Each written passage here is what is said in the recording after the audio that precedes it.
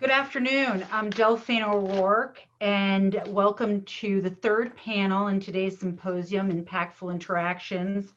And first of all, I'd like to thank Drexel for what has been so far really an amazing symposium, looking at issues that are not frequently discussed in this type of large setting, and really drilling down in areas that are critically important for us to think about if we're going to move the needle on the legal system.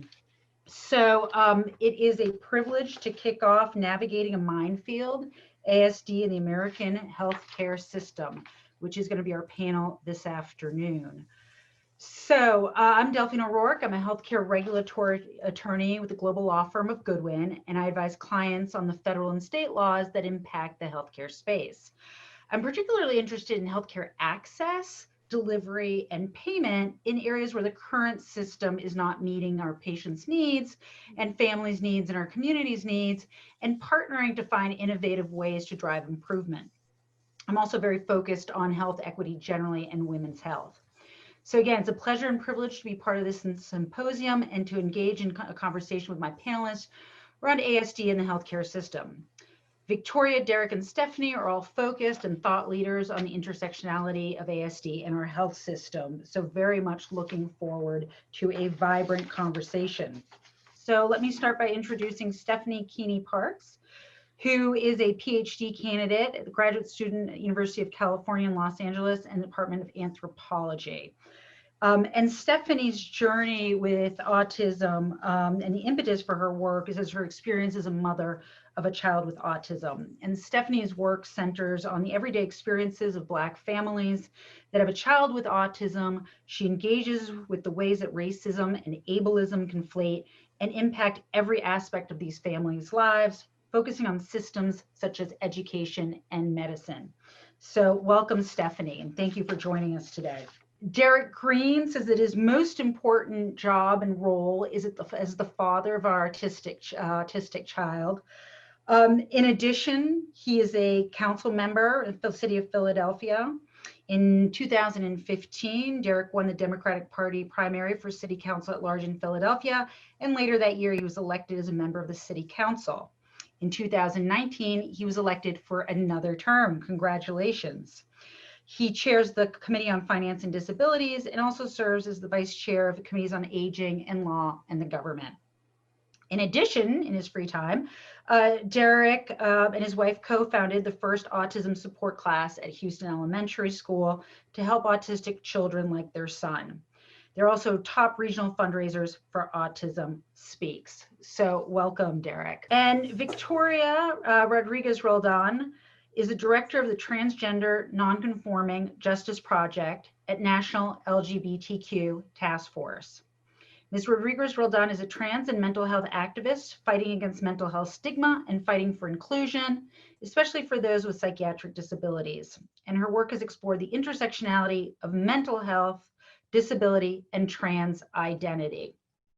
So looking forward to a great conversation that I hope you will take with you when you go back to your offices, your homes over the weekend, because this is just the beginning of collective movement to make change. So Derek, would you like to start the dialogue and share some of your thoughts around the work that you're doing and where you see opportunities for improvement? Well, Delphine, thank you for the introduction. It's a pleasure to be on such an esteemed panel. And I've had a lot of different hats I've worn over the years. That's why I don't have as much hair that I used to. But I would say, and I've often used that statement, that my most important title is father. I've been an attorney, current member of city council, also a banker, but what really drives me every day is the work and seeing the achievement that my son has been able to make in his life's journey. And so when I think about the intersection between my role as a policy leader in the city of Philadelphia and also being a father, it has helped propel me in a lot of the work that I do.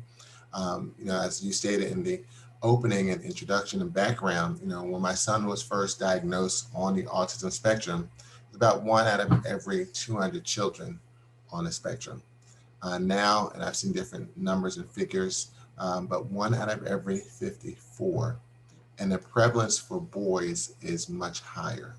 And so when you think about that, and also the fact that I am a African-American male, and some of the challenges that people of color, especially African-Americans, have had in the healthcare system, it raises concerns. When I first came into council, and actually before I came into council, I was very active with the Philadelphia Autism Project. And that was an initiative that was started by former Speaker of the House, Dennis O'Brien. And once I came into City Council, I continued to lead that work from an advocacy perspective. And so as we saw the creation of the Philadelphia Autism Project, it kind of mirrored somewhat in watching my own son. Early on, in reference to his development, we were fortunate enough to be at a daycare when a daycare leader kind of asked us some questions about how we heard or thought about autism. And so from our perspective, that was something new. We weren't aware of what were some of the indicators of autism, but because we had a daycare center provider that was forceful and had the perspective, we then were able to delve in some additional research, and then also be able to get a developmental pediatrician and been able to get him and provide him with services throughout his life. Now, as a member of council and looking at the Philadelphia Autism Project, you have so many people in the city of Philadelphia, and the city of Philadelphia unfortunately has a poverty rate of about 26%. Not everyone has the same resources or abilities that we had. And so the Philadelphia Autism Project, coming into its initial work, was really focused on early intervention and really trying to advocate as much as possible for parents and caregivers if they see something that is somewhat unusual or different, or your child may have a learning difference, how to get services and try to promote getting services. When you look at some of the historical perspective, and I'll speak from the African-American community, and even in my own family, there were those who were saying, well, he'll grow out of that, he'll do this, he'll do that. And so we had to balance against some of the cultural and historical perspectives, but also getting services. And when you look at a city that has that high level of poverty, everyone doesn't have those resources. And so we at the Philadelphia Autism Project really pushed to provide as much early intervention services, working with our health centers in the city of Philadelphia and doing other things to provide that advocacy. As Julian started to get older, we had him in different environments, but we always tried to have him in a blended perspective of a traditional mainstream as well as an autism support environment. As he went into kindergarten at our traditional public school, we were able to have him in that environment. But as he transitioned into first grade, that's when things became a little more challenging, and we had to make a decision. Do we try to continue to have him at this school, or do we fight and advocate for additional services at his elementary school, which at that time was Houston Elementary School? We were able to work with our principal at that time. We were able to create that first autism support classroom at Houston Elementary School. And he stayed at Houston with that autism support classroom up through 8th grade. And we were able to add up to 3 additional autism support classrooms by the time he graduated. But that has been, I would say, the exception, not the rule. In the work of the Philadelphia Autism Project, as well as being a chair of the Council Committee on Disabilities of People with Special Needs, you have a number of people around the city of Philadelphia that have not had that same type of positive perspective with the school district and really have had some significant challenges getting access to services at their local school. So as Julian has been able to transition, and that's also based on possibly where we live, the principal of the school at that time that was much more inclusive and advocated for services. Other parents who may have not had the same background as Julian did not have that same perspective. And so they've had a real challenge. And so as we've continued to do the work with the Philadelphia Autism Project, we've also pressed the school district to have their annual Autism Support Conference, which has helped to provide more information for parents. But also that's been an event during the day that other parents may have not had access to. So I've seen a push and pull. And as the school district has come into city council for annual budget hearings, because I have that perspective as a parent on the spectrum, I'm always advocating, what are you doing to provide services for those who need them within the school district? And for some parents, that's getting legal support and actually engaging in litigation with the school district to get services outside of the district. And for some, how they navigate the IEP process and all the acronyms. And myself, I'm an attorney. My wife also has a graduate degree and teaches as a graduate professor at St. Joe's. For me, this acronym and language was totally new. Learning all these different things from IEP, BSC, TSS was a whole new language that I had a lot of challenges trying to navigate. And as a parent, you're trying to navigate from the perspective of behavioral health, education, as well as actual physical perspective in reference to a health provision for your child. So when you're trying to navigate through your developmental pediatrician, and also your education environment, all three really need to be integrated to provide that best team and approach for a child on the spectrum. And once again, I'm talking from my experiences, but a lot of other families may not have that same ability to try to present all these resources and integrate all of them for the best ability of the child. And that's something that's been very challenging that we see in the city of Philadelphia for parents. But we've also been blessed from the perspective that Philadelphia, unlike so many other jurisdictions around the country, we have institutions that have been around for a number of years that provide services for autism, like the Center for Autism, which Julian had a chance to attend when he was in kindergarten, like St. Joe's University's the Keeney Center, the fact that Drexel and the Assert Collaborative, University of Pennsylvania, LaSalle has a speech therapy program that my sons attended. So even with all these resources we have here locally, we still have so much more to do. And so as Julian started to age from kindergarten to 8th grade, and then was able to go into Hill Freeman for high school. And Hill Freeman is a unique school, just two schools that were merged together. One that had an international baccalaureate program, and also a program for the children that have learning differences like autism. He was able to go to Hill Freeman in an environment that would continue his ability to be in a mainstream perspective and also an autism support perspective.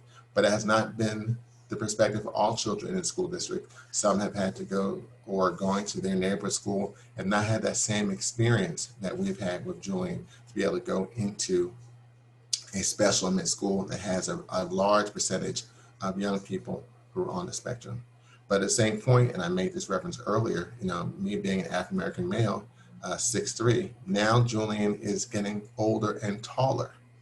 And so we had to deal with the issues of him dealing with hormones. And when you're a teenager, that's an awkward time. I don't care if you are Brad Pitt to Denzel Washington. When you're a teenager, your body is changing, your hormones are different, doing different things.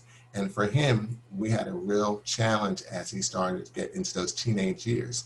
And he had never been on any type of medication. And so we had to think about those policy decisions, whether we should have more medication or not, and what impact that would be. And also some of the stigma of that as well. We did make that decision, and that has been a benefit for him. But that's not always a benefit for every child on the spectrum. And when you think about all of the challenges and dynamics of trying to navigate the system from a behavioral health perspective, an education perspective, and also traditional healthcare, it can be overwhelming for so many parents and caregivers. And so now he is in the later end of high school. He's able to stay there until he ages out. But we're now at the perspective of what's next for Julian. And so earlier I talked about the focus of the Philadelphia Autism Project. We're now focusing so much more on the latter end of the spectrum, because the average person, your life is not 1 through 21, it's 22 until you transition. And that's a much longer time period. And when you think of the indicia of people on the spectrum growing so dramatically, we're going to have so many more young adults and more seasoned adults, as my dad would say, who are on the autism spectrum. And we as a city, state, and nation have to provide services as well as provide education opportunities and housing opportunities for individuals on the spectrum. And that's a wide perspective of people. One person on this, when you meet one person on the spectrum, that means you met one person on the spectrum. And there's a whole diversity of experiences and relations and capabilities for young adults. And so now with the Philadelphia Autism Project, we're now focusing much more on job readiness and training and opportunities for young people, and even started a peer mentorship program where young people who have aged out but also can be employed provide mentorship opportunities for younger people on the spectrum. And so as we have evolved as the Philadelphia Autism Project, it's kind of mirrored my son's life. And so I have so many concerns and thoughts about what his next steps will be, from working with organizations like Project Search at Drexel to hopefully provide some opportunities for him to get skills and internship training, but it's not nearly enough for what we need in the city of Philadelphia. And I'll close with this two perspectives. This year has been a world that we have never seen before. I don't think anyone on this panel was around in 1918. So we've had a global pandemic that has disrupted every facet of our lives. For those who have a learning or physical difference, some of the services and benefits that you have historically received have been totally disrupted because of COVID. And as a policymaker, and I stay engaged with a number of organizations that provide services for people in the learning or physical difference community, having those services virtually is a lot different than doing them in person. And so at the city of Philadelphia, through community behavioral health, they had to make some policy changes on how service delivery could occur, as well as pressing upon the Commonwealth to also be more flexible and allowing organizations to be reimbursed for services. That's had an impact in our own household, where in the past, Julian would have a therapeutic support service person with him at school. Well, now we're doing school virtually. So how do you still provide those services? And how those people who are employed as a behavior support coordinator or TSS continue to be paid and receive income when they are not going to be with their client in a physical perspective. And then you move forward to the impact that this has had in reference from a financial perspective for the city of Philadelphia. As we were doing our budget this year, we had a $749 million deficit. We were able to close that hole as we went into the new fiscal year, July 1. But the state also has had a significant budget deficit, possibly up to $5 billion by the time we get to June of 2021. When you think back about 8 years ago and the impacts of the Great Recession during the previous gubernatorial administration, you had a significant, close to almost $100 million was cut from behavioral health programs. The city of Philadelphia has had a significant budget hole, and we received significant dollars from the Commonwealth to provide for the programs that are funded through community behavioral health. There's concern that when we had that recession, $100 million was cut. Now we have possibly a $5 billion hole. How is the Commonwealth going to react to those issues? And how is that going to impact the provision of healthcare and behavioral health in the city of Philadelphia during this COVID pandemic, when people cannot get the services they traditionally would in a physical way, and things are now in a more virtual perspective. So just this week, I introduced a resolution for hearings on this issue so we can start to galvanize and advocate to our members of the General Assembly and the governor that we just can't make a cut and then tell counties around the Commonwealth of Pennsylvania just to make up for the difference, because so many will not be able to do so because they had a significant loss in revenue due to COVID based on the wage or non-resident wage tax or sales tax not coming in to those jurisdictions. So when I think about this topic of healthcare and think about my path as a member of City Council and the advocacy work I've done, both as through the Philadelphia Autism Project or chair of the Council Committee on Disability People with Special Needs, it kind of mirrors my life as a father and Julian's progress. So as we continue to move forward about healthcare and job employment and other challenges that we have for young people, it kind of mirrors my own life. And so when I say I've had multiple titles, that is true, but my most important title is father, because it has really influenced my outlook on issues in a whole host of areas as a policymaker in the city of Philadelphia, as well as the other advocacy I do in some of the other organizations that I'm involved in. Derek, thank you, and thank you for sharing your journey and Julian's journey. And three main themes that I heard that hopefully we'll be able to build on is first, just the obstacles, just hearing everything that you had to do to access. And to your point, you're a lawyer, what your wife is highly educated, you're a counsel person, you have that network that one of our prior speakers already talked about, having a network of people that you can go to. So, we think about this just pulling back in healthcare generally, how challenging it is for most Americans to navigate the healthcare system, for whatever the issue is. And then you add to that, the socioeconomic determinants of health, whether it be race or poverty or gender, or, you build and build, just the challenges both to access and delivery. And we haven't really even gotten to payment. I mean, you touched on it, but how individuals struggle with trying to find reimbursement or payment for the core services and additional services that they need. What I'm also hearing is, this is a crisis building. To your earlier point, I've seen 1 in 53, 1 in 52, mostly boys, that, children or youth who are Black or brown are more misdiagnosed or underdiagnosed than white children. You increase poverty, et cetera, et cetera. This is not an area that is going to sort of decrease with time. We look forward to one day when there's no more COVID, but we can't realistically look forward to one day when, all of these societal issues have been addressed. So with everything else that's going on in the world, so important to keep that in mind, that to your point, we can't just cut services in behavioral health at the same time that everyone's experiencing such stress. So thank you. So Stephanie, do you want to, please share your thoughts? And I know this is an area, the intersectionality of race and autism, where you focus a lot of your attention and thought leadership. Right. So similar to Derek, first of all, thank you for the intro, and I'm really excited to have the opportunity to speak with all of you. But I do want to be in alignment with Derek that I am also a parent of a child with autism, and that is the driving force for my being, right? Like that it's a little,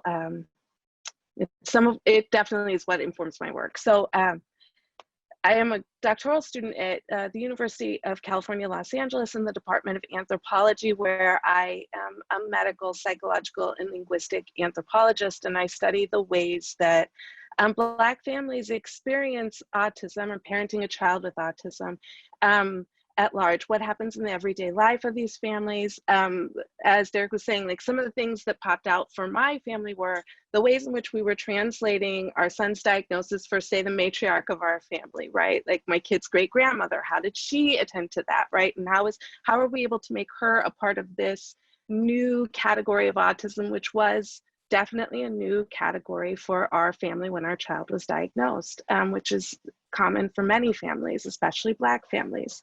So my work has centered around working with a group of 20 or so Black middle and upper middle class families.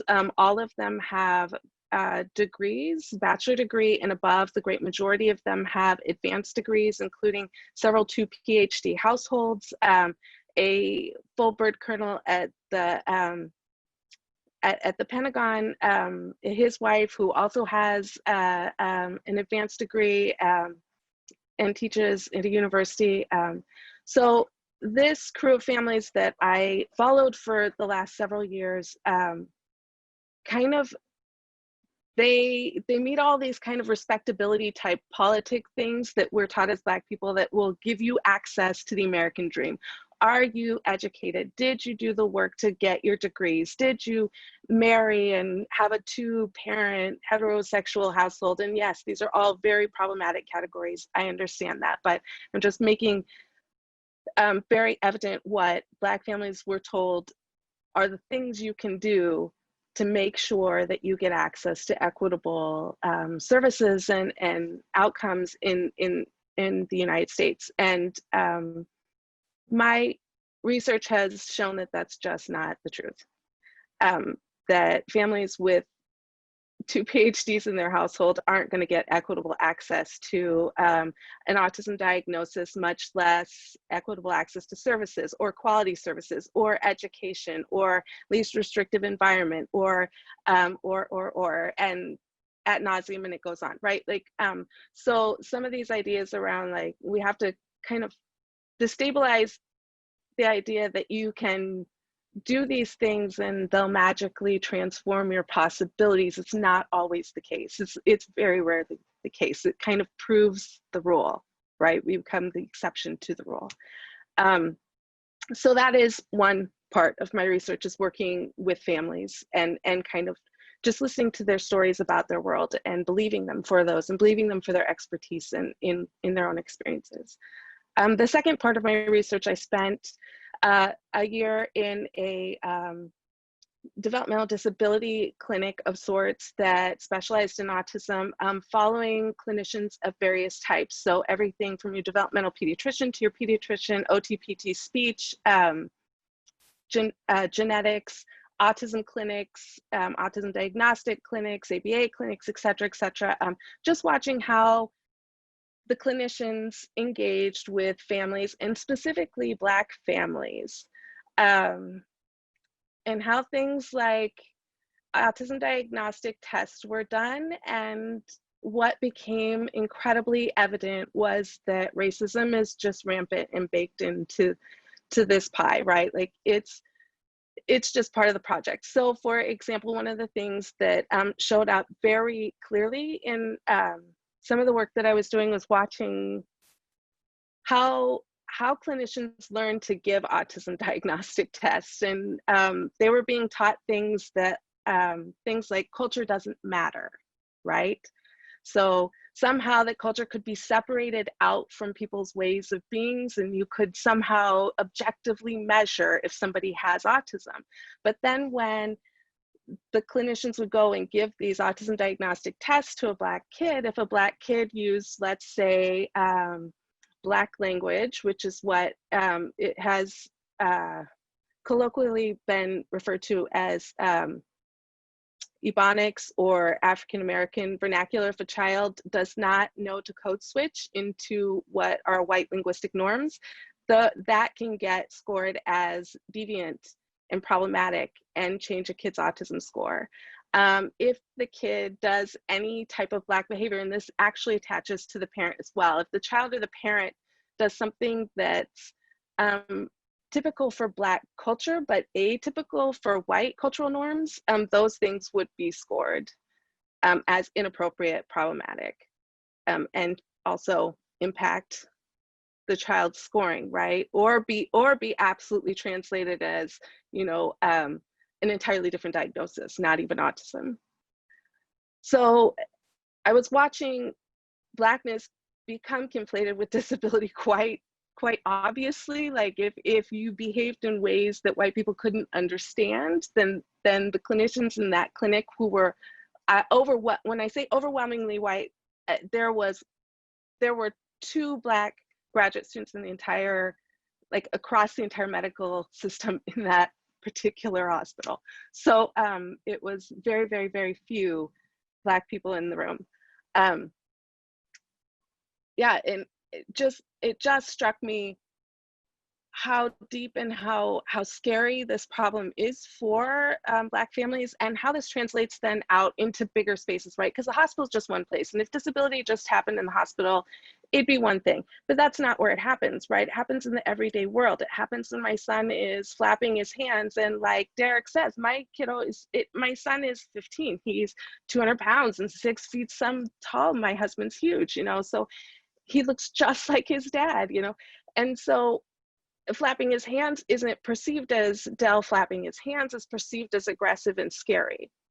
And we have to understand the ways that Black bodies are being perceived, and for Black students who enter into special education spaces, especially those in segregated classrooms, like the outcomes of that are horrific.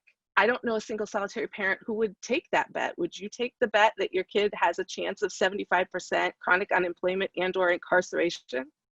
Is that how you would like your child's future to look? That's what we face. And so the work that I do, I hope is something that will destabilize some of these things and some of these concepts. Or like, you know, when you were talking about, Delphine, you were referencing kind of these social determinants of health, and you're saying or, like, but it's more like and. It is race and gender and disability and social class. And I mean, like it's everything all in one. That's kind of working in tandem and in concert with each other to create these outcomes for families. And so, you know, my project as my son's mom, because I believe that this child is beautifully and fearfully created just as he is to try and change the rest of you to get on board and make space for people with disabilities, equitable space, so that they can exist as they are beautifully and perfectly created. And I know that's quite a task, but that's where I'm at with this. So wondering, I mean, on the education piece, I mean, to build on your example of flapping hands, is part of this also in just general, general population understanding what are the physical manifestations of autism? I mean, that or any other educational piece. And no, I completely agree. It's a compounding effect. Yeah. And to that, you could also add, you know, when Derek was talking about virtual school and having, you know, the person who works with your child, well, you know, we could throw in technology inequity, where for some families, they don't have an iPad. You know, we've already seen that as part of the COVID crisis, the educational inequities. So it's an and. Yes. And you can't isolate just one piece. I think Victoria's going to give us some insight even into yet another and. You can't just isolate and say, you know, it's just this piece alone, because that's not how we're perceived, and that's not how we present.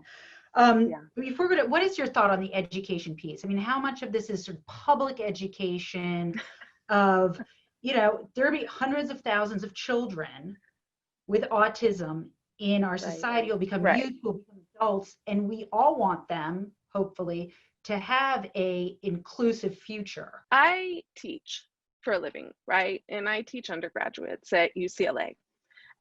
In the Department of Anthropology. And I once had a student ask me if I could take away my son's autism, you know, to keep him safe or something, you know, would you do it?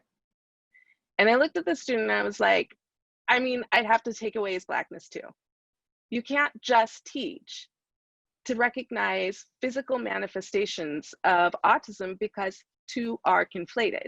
He is scary as a Black man in a hoodie with Skittles in his pocket, as he is as a Black man flapping his hands. He is, it doesn't matter, disability, not disability, the two are both happening simultaneously. So whether or not Del flaps his hands is, you know, it's gonna get racialized, and it's gonna get treated as deviant in both ways constantly. So I can't, like, you, and something that we have to come to deep terms with, that I'm fairly certain that the country is not ready for this conversation, but that ableism is a pillar of white supremacy, and it holds it directly in place. And so we need to really be thinking about that, and to really, you'd have to displace white supremacy to kind of make any of this possible. And are we ready for that conversation? It's a lot deeper than, can we educate about autism? So Victoria, a lot that we've already covered, and, you know, again, welcome, and love to hear, you know, your journey, your perspective, and additional layers on this conversation. So, I mean, I would say that we need to see, and this is also, I come from the perspective as a lawyer, but not attorney, who hasn't practiced a day in her life, as many Washingtonians do.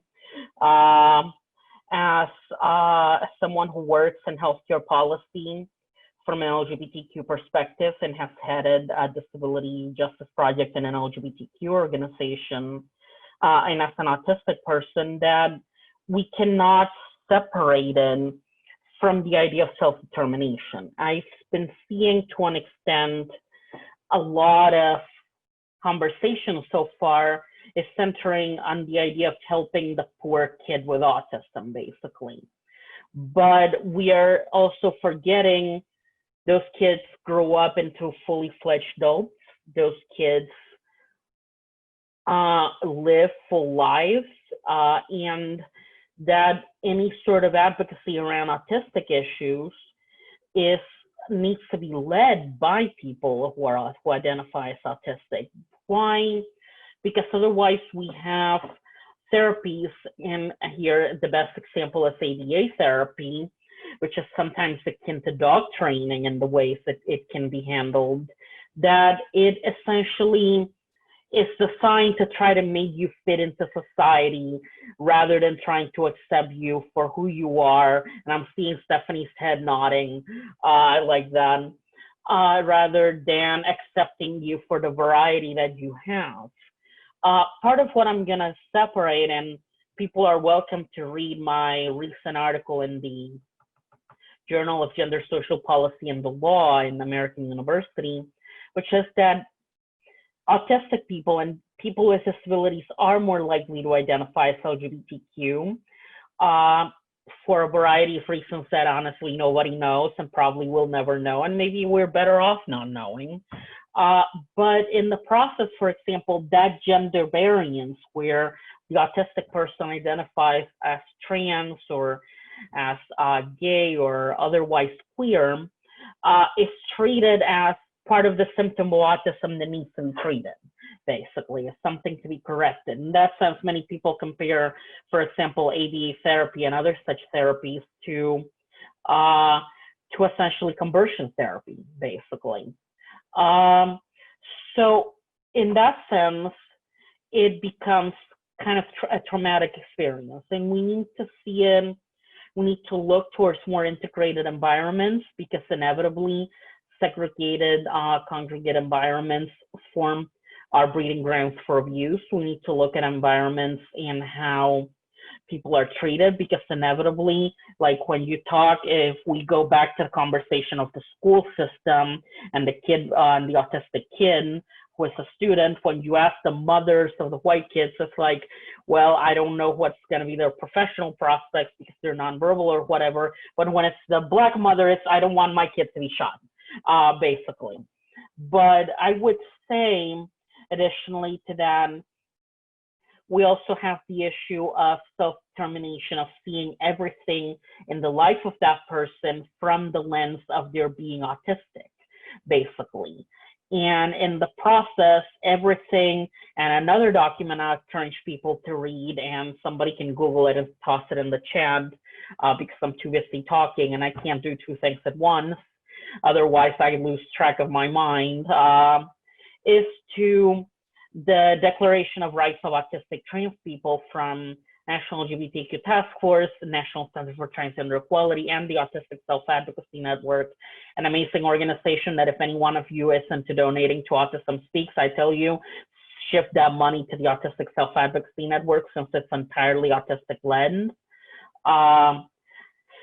So what I would say is it's focused on the idea that, for example, when you want to transition, when you want to be yourself, when you otherwise come out of the closet, then suddenly that's used against you to stop you from doing that, stop you from being yourself.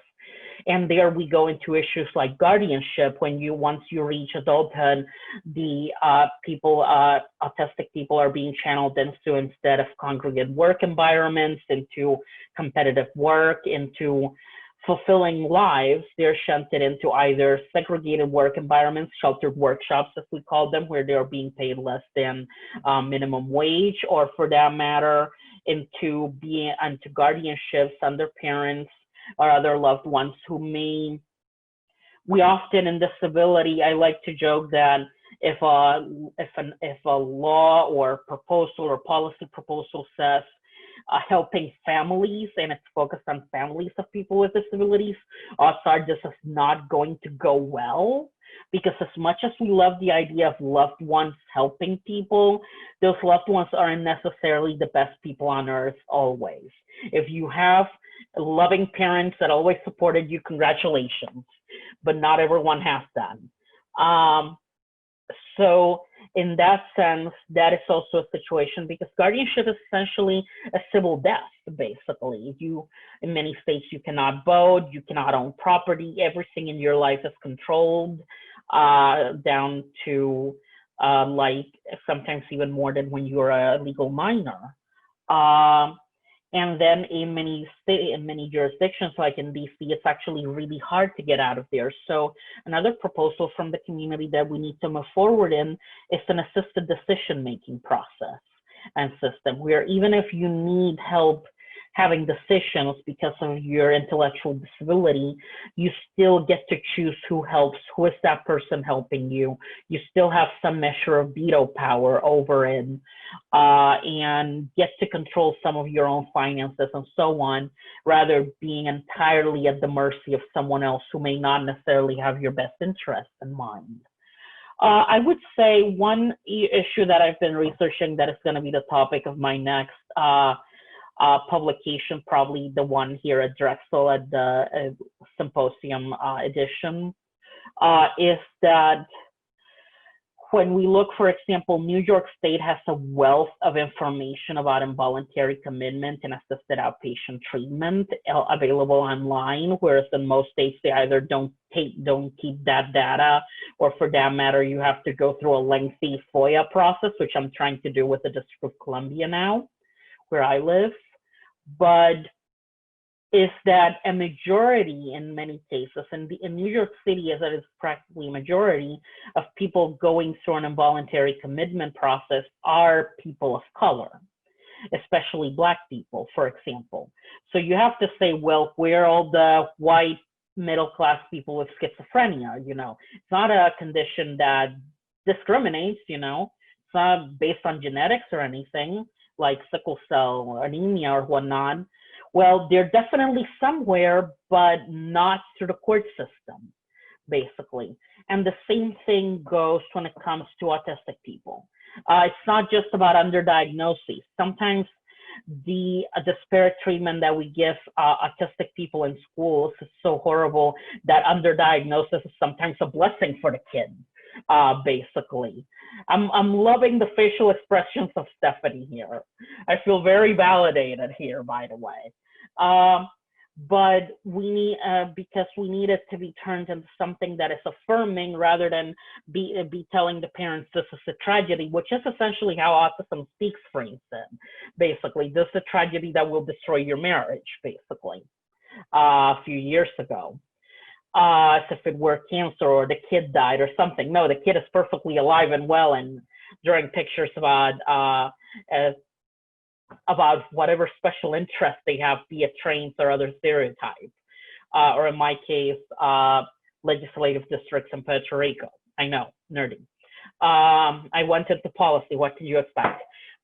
Whoever wants to take this first. With the ongoing social unrest in this country, can you talk about the way the disability advocacy has or has not found space in those movements? Thank you. Basically, disability advocacy, I sometimes talk about sexy and non-sexy disabilities, basically, because the sexy disability, the stereotype of what we think about when you say disabled person, is the photogenic white guy in a wheelchair, basically. And occasionally the guy is gay, and then we have brownie points on diversity, and we go home with that, so congratulatingly.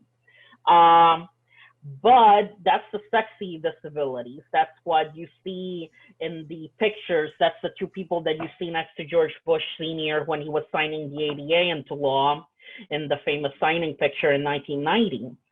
But in the process, we're forgetting all the non-sexy disabilities, as I call them, which is the point where you go from pity to, oh my God, those people are scary and should be locked up.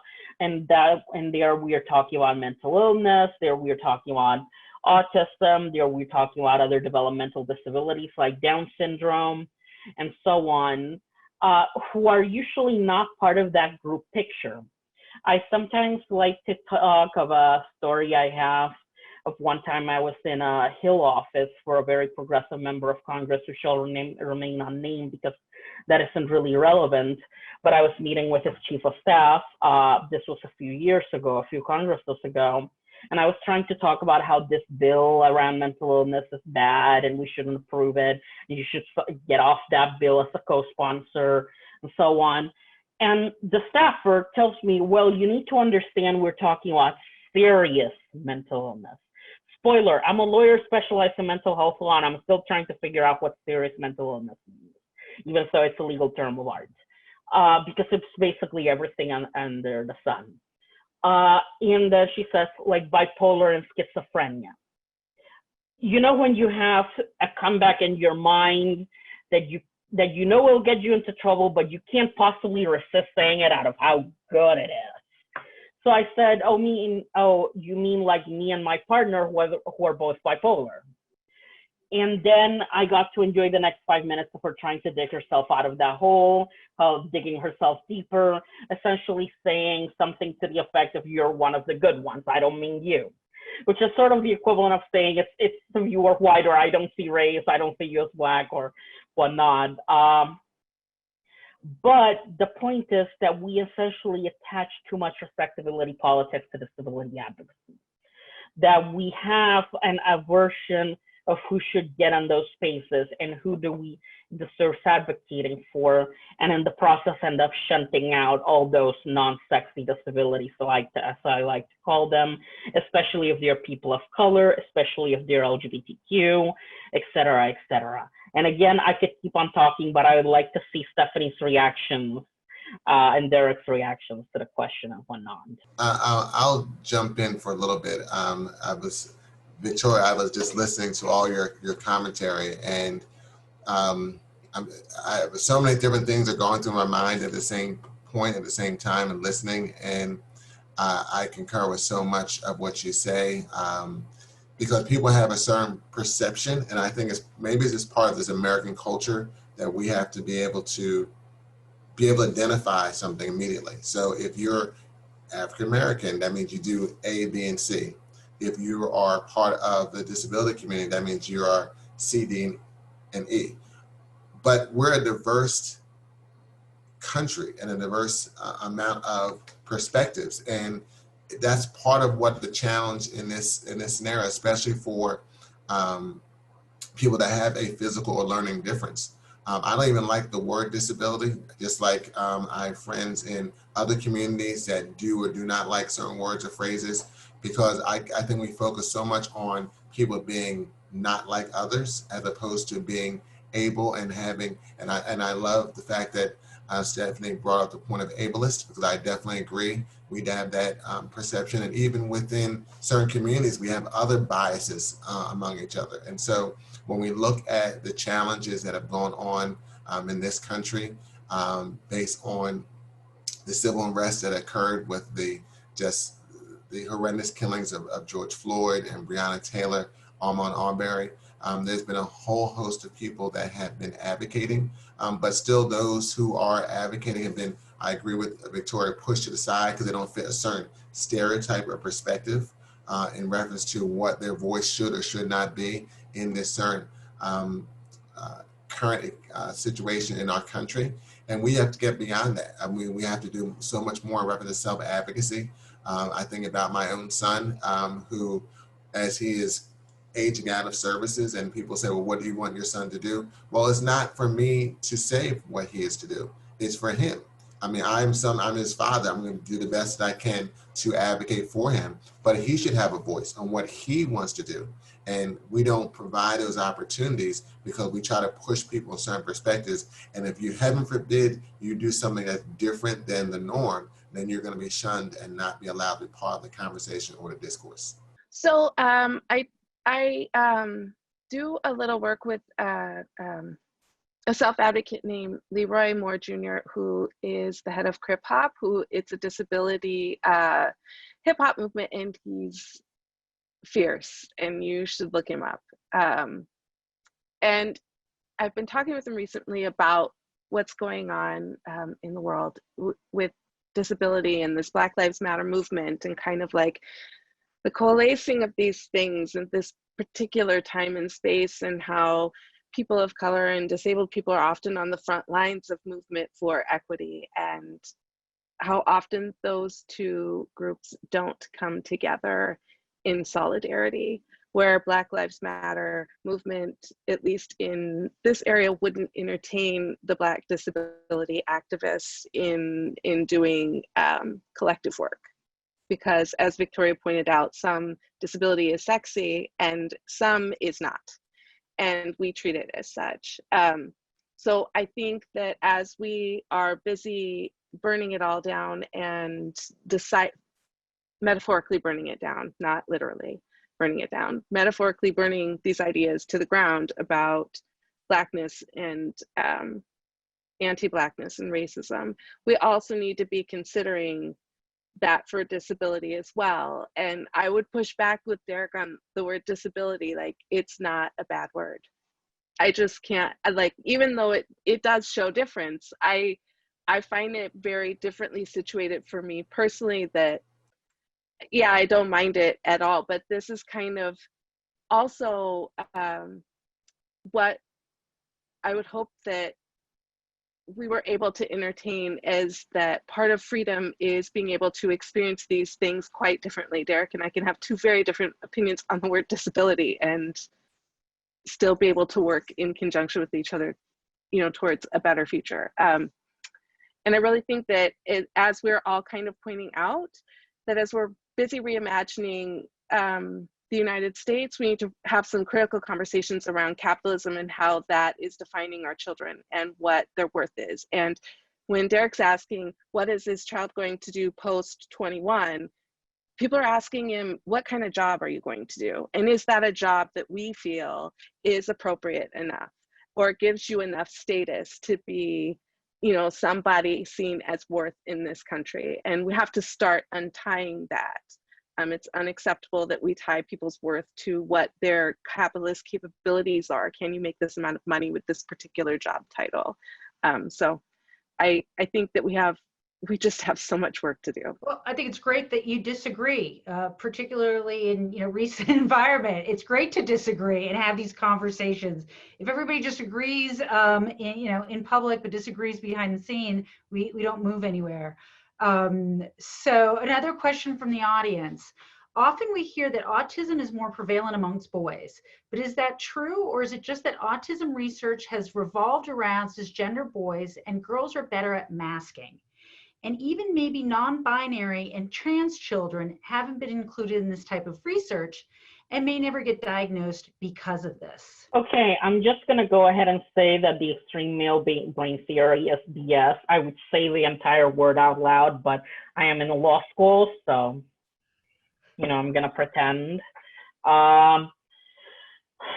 Basically, and I encourage you to read the work of the Autistic Women's and Non-Binary Network, for which Lydia Brown works, who is going to be the next guest lecturer at 3 p.m. And I totally encourage you to stick around and hear them out. They used to be an intern of mine at one point when they were in law school, and they're even more hardcore than I am, if you think I am a bit out there.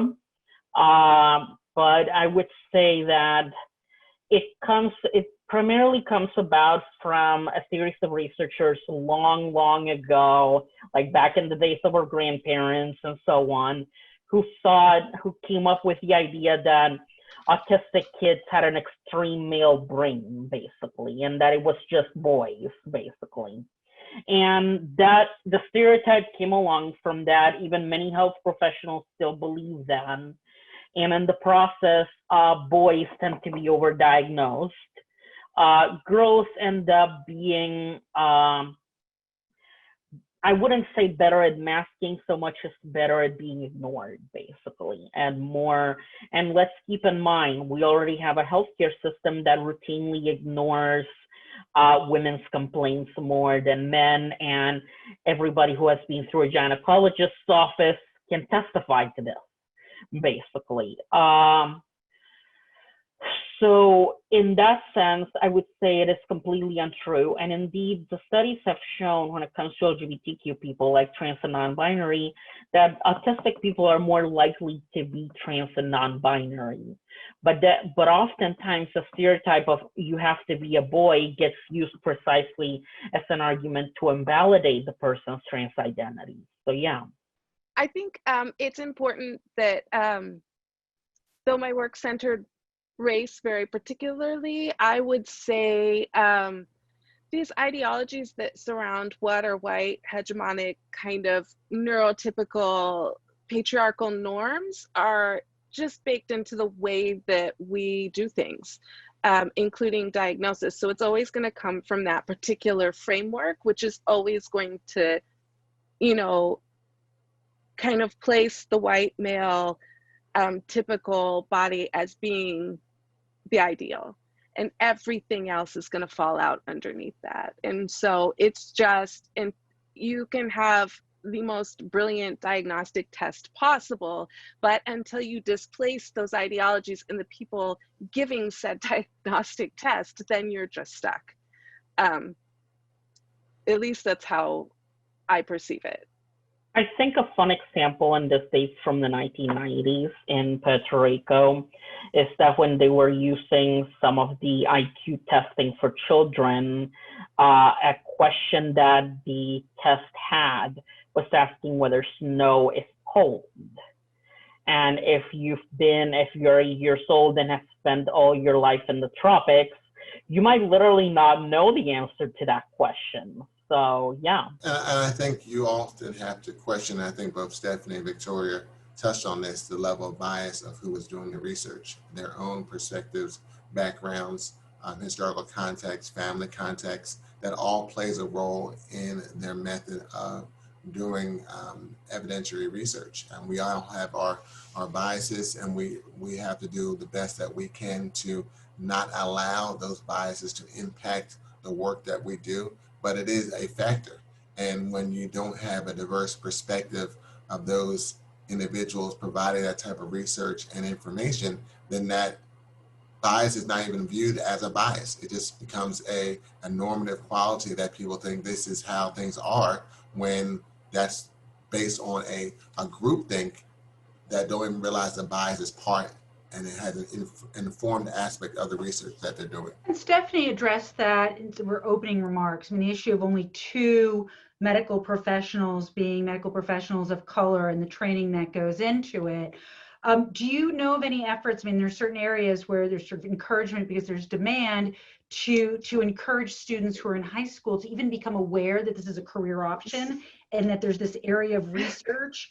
To think, because most high school students probably don't even know this is an option of a career, to try to attract a more diverse, clinical body in this space. Well, actually, we do know this is a career option. Like, yeah. Do we want to do it? That's a whole different thing. Are we told that we're capable of getting through the tests to get into the schools? That's a thing. I was told that I couldn't go to college, much less get a PhD at a research one institution in a top program. So, some of that has to be undone. But also, when I did my research, that my first lean back was, well, we just need more diverse doctors, right? And this will go away. Well, that's not true either, right? Like, because when I interviewed Black clinicians, their answer to me was, well, my boss is still white, so I have to comport myself in ways that read appropriate to my boss. So for example, there was a clinician who code switched. He's a Black man who was in care of a Black youth, and he code switched to use Black language that's culturally more salient, so he could have a real conversation with this youth and meet him at his level. Well, his boss happened to hear the conversation or parts of it, and he got written up for being inappropriate and not professional. Do you know what I mean? So when we do what is culturally salient and appropriate to us, it is also deemed problematic in those spaces. So, and the other problem that we haven't considered is just the idea of medicine itself is not a culturalist idea. It is shaped and formed from a cultural ideology, one that was built on the rape and dismemberment and torture and of Black bodies in particular. So you have a white ideology about what health and health care looks like, and that is set, obviously, like that sets your system up. We don't make space for anything outside of that, right? And so it's so much deeper than, hey, can we get Black doctors in? Because that's legitimately where that was my first thought too. Let's just diversify the space. Well, you can do that till the cows come home, but if they're all taught with this particular ideology, then they're gonna do the same things.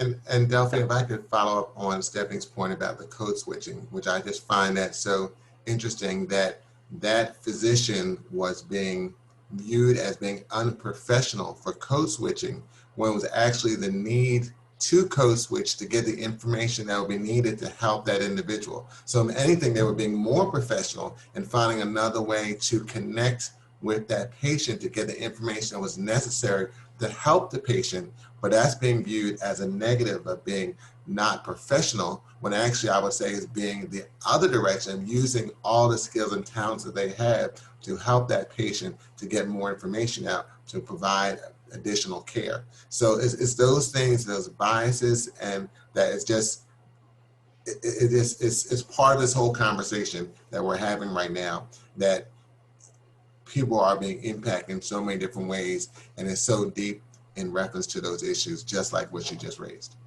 Yeah, I mean, it's permeated, it's a system that's part of a culture, that's part of a history, that's part of an experience. So much to address. I'm just, the fact that, continue to move on when there are so many obstacles in so many parts of the healthcare system and society. Another question from, how do you see this recent Supreme Court ruling that protects LGBT folks from employment discrimination trickle down in protecting the rights of individuals, particularly LGBT individuals with disabilities? More broadly speaking, do you think the protection of LGBT individuals in the workplace will serve as the appropriate channel to advocate for disability rights? I mean, sure, it helps a lot. It is, I was one of the people that celebrated, and many close colleagues of mine worked on that Supreme Court case over at the ACLU and whatnot. But I would also say, often changing the policy is the easy part. The hard part is actually enforcing it and making the social change needed to make it happen, because otherwise it's just ink scribbled on paper, and paper will hold whatever you put on it, no matter how weird it is. And frankly, in that sense, you also need an LGBTQ movement that is disability informed, which isn't necessarily the case right now, basically. You need a disability movement that is also more LGBTQ informed, instead of it being pale, stale, and male. You can rhyme that into a haiku, actually. But it helps around that, but you still need an understanding that disability and LGBTQ identity lives at an intersection, that people can be both, and so on. And in the process, you also need a genuinely informed understanding of people.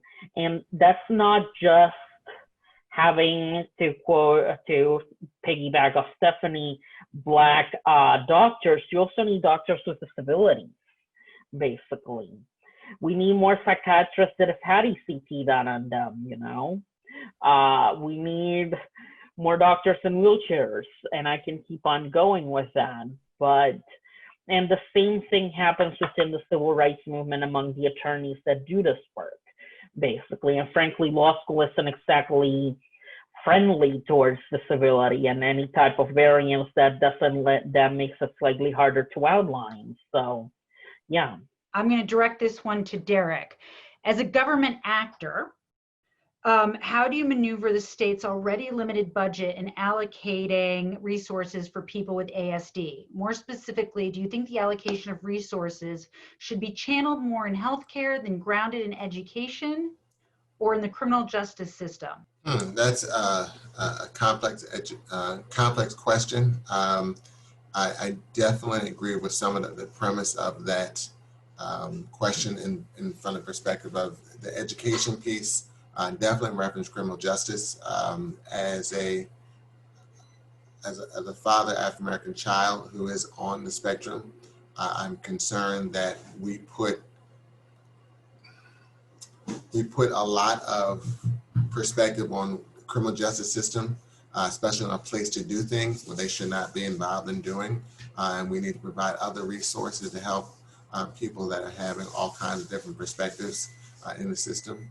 And from an education perspective, as a person who has had a child in the school district who had a chance to teach part-time when I was in law school. My mother taught for over 30 years in the Philadelphia School District. I see a lot of challenges in the education system, and we need to provide more resources. But I think fundamentally it goes back to some of the things that both Victoria and Stephanie have raised. People don't see this as an issue that impacts them. They look at this as, and I'm talking even within the diversity community. You have people from people of color, others who don't see people that have learning or physical differences as part of our normative society that we have to provide resources for. And so that is an issue. That's kind of an add-on or afterthought, as opposed to be part of the forethought when we're doing budgeting. As I talked about earlier in my presentation about the cuts, that would not happen in other advocacy entities like was done in the Commonwealth of Pennsylvania 80 years ago. And so we've got to continue to put this on the forefront that everyone is entitled to the resources to enhance their quality of life. And we shouldn't have to work so hard just to be able to advocate to get to an equal space. Or to argue it's going to be either education or healthcare, or, there's no doubt. So I want to personally, and on behalf of Drexel, thank you for this conversation and for the opportunity to engage